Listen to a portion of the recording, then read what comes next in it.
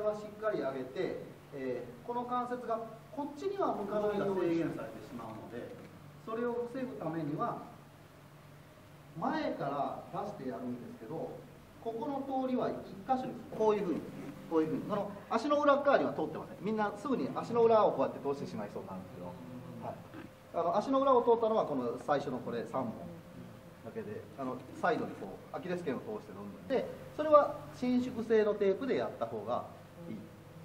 で、こういう状態。ここは相手で結構です。相手いいのは巻いてる中で相手いいのはかかとのここだけです。ここは開けといてかな、脂肪体なので。あ、梅ですよね。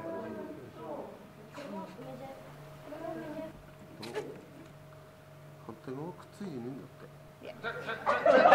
感じじゃないもん。駒を食いながら。まだ斜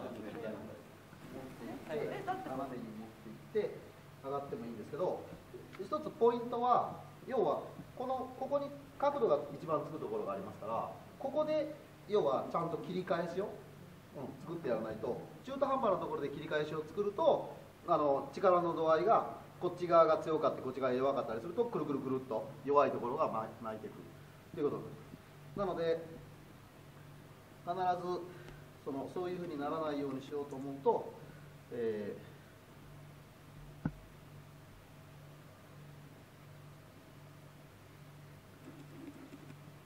最初こうやって置いていきますが、ちょっとずつずらしていきます。でこれを皆さんはだんだんこれをこういうふうにいくわけですね。でそうするとこんなところからこういうふうになってくるわけですよ。はい、でそこは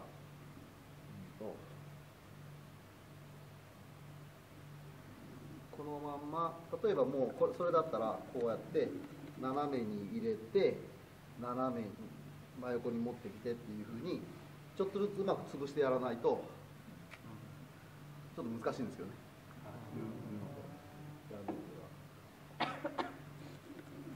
でこういうのがこう相手でも構いません。足の裏は、はい、足の裏はもう踏みつけるだけの強いので結構で、斜めに、本当はこうやって折り曲がってるのも厳密に言うとやっぱりそこの部分で測り方が違うので、要はポイントは隙間ができるのはこの後ろができるんですね。だから後ろの部分をこう合わせてやったらそれにどう上がってくるかっていうのを自分がイメージするんです。全然全く握らずに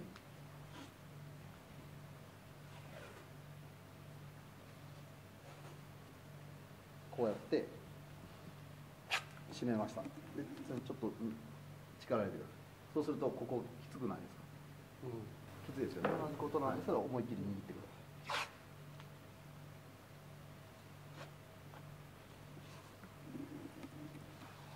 い。握っていただいて、で緩めてください。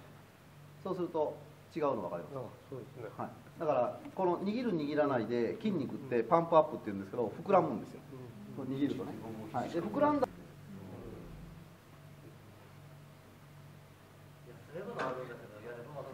はい、そうです。あれは一緒に固められてるからちゃんと機能しないので、一本一本やっぱりちゃんと分けてやると動きやすいですよって、手みたいに動きやすいですよ。だからあれもやっぱりいい。